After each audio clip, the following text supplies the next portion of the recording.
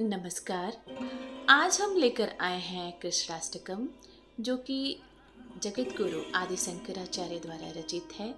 इन छंदों में भगवान कृष्ण के स्वरूप और उनके गुणों का वर्णन किया गया है। हम सभी जानते हैं कि भगवान कृष्ण एक पूर्ण पुरुष हैं और प्रसन्नता के भंडार हैं।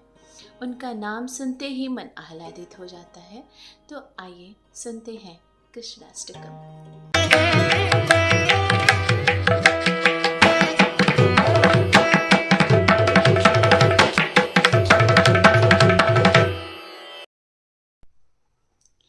भजे व्रजैकमण्डनं समस्तपापखण्डनं स्वभक्तचित्तरञ्जनं सदैव नन्दनन्दनं। भजे व्रजैकमण्डनं समस्तपापखण्डनं स्वभक्तचित्तरञ्जनं सदैव नन्दनन्दनं। सुपिच्छगुच्छमस्तकं सुनादवेणुहस्तकम् अनङ्गरङ्गसागरं नमामि कृष्णनागरं। नमामि कृष्णनागरं। नमामि कृष्णनागरम्। मनोजगर्वमोचनं विशाललोललोचनं विधूतगोपशोचनं नमामि पद्मलोचनं। मनोजगर्वमोचनं विशाललोललोचनं विधूतगोपशोचनं नमामि पद्मलोचनं।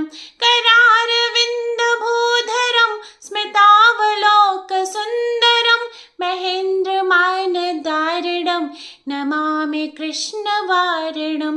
नमामि कृष्णवारिणं। नमामि कृष्णवारिणम्। कदम्बसूनकुण्डलं सुचारुगण्डमण्डलं व्रजाङ्गनैकवल्लभं नमामि कृष्णदुर्लभं। कदम्बसूनकुण्डलं सुचारुगण्डमण्डलं व्रजाङ्गनैकवल्लभं नमामि कृष्णदुर्लभं। यशोदया समोदया सगोपया सनन्दया युतं सुखैकदायकं नमामि गोपनायकं। नमामि गोपनायकं। नमामि गोपनायकम्।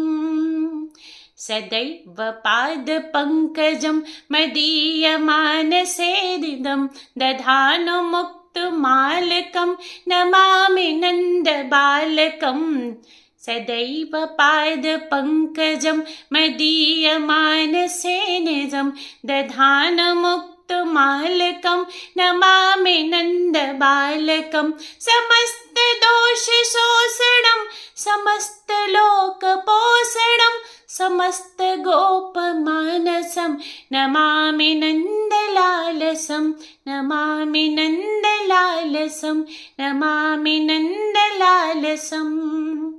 भुवो भरावतारकं भवाब्धिकर्णधारकं यशोमतीकिशोरकं नमामि चित्तचोरकं। भुवो भरावतारकं भवाब्धिकर्णधारकं यशोमतीकिशोरकं नमामि चित्तचोरकं।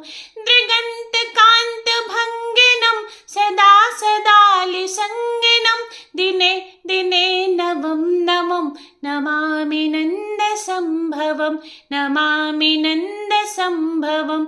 नमामि नन्दसम्भवम्।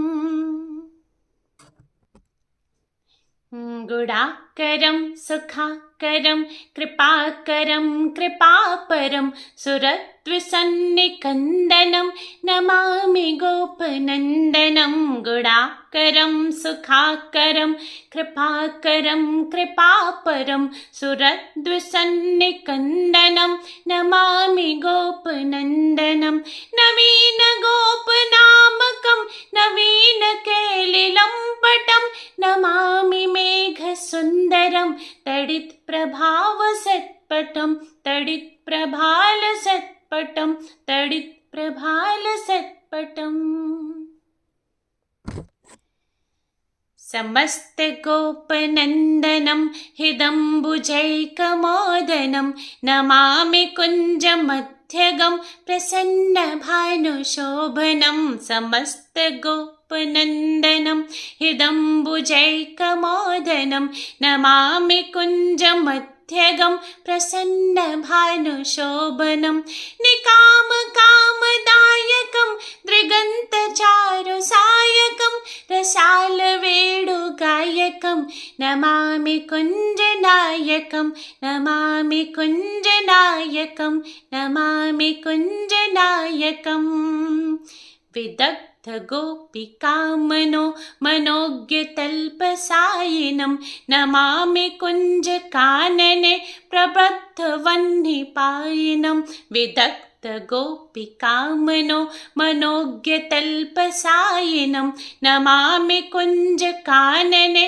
प्रबद्धवह्निपायिनं किशोरकान्तिरञ्जितं त्रिगञ्जनं सुशोभितं गजेन्द्रमोक्षकारिणं नमामि श्रीविहारिणं नमामि श्रीविहारिणं नमामि श्रीविहारिणम्।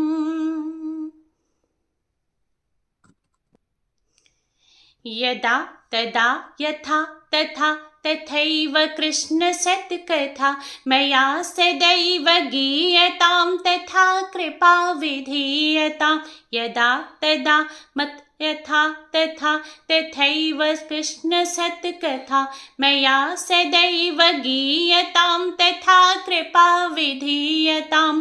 प्रमाणिकाष्टकद्वयं जपत्युधीत्य यः पुमान् भवेत् स नन्दनन्दने भवे भवे सुभक्तिमान् भवे भवे सुभक्तिमान् भवे भवे सुभक्तिमान्।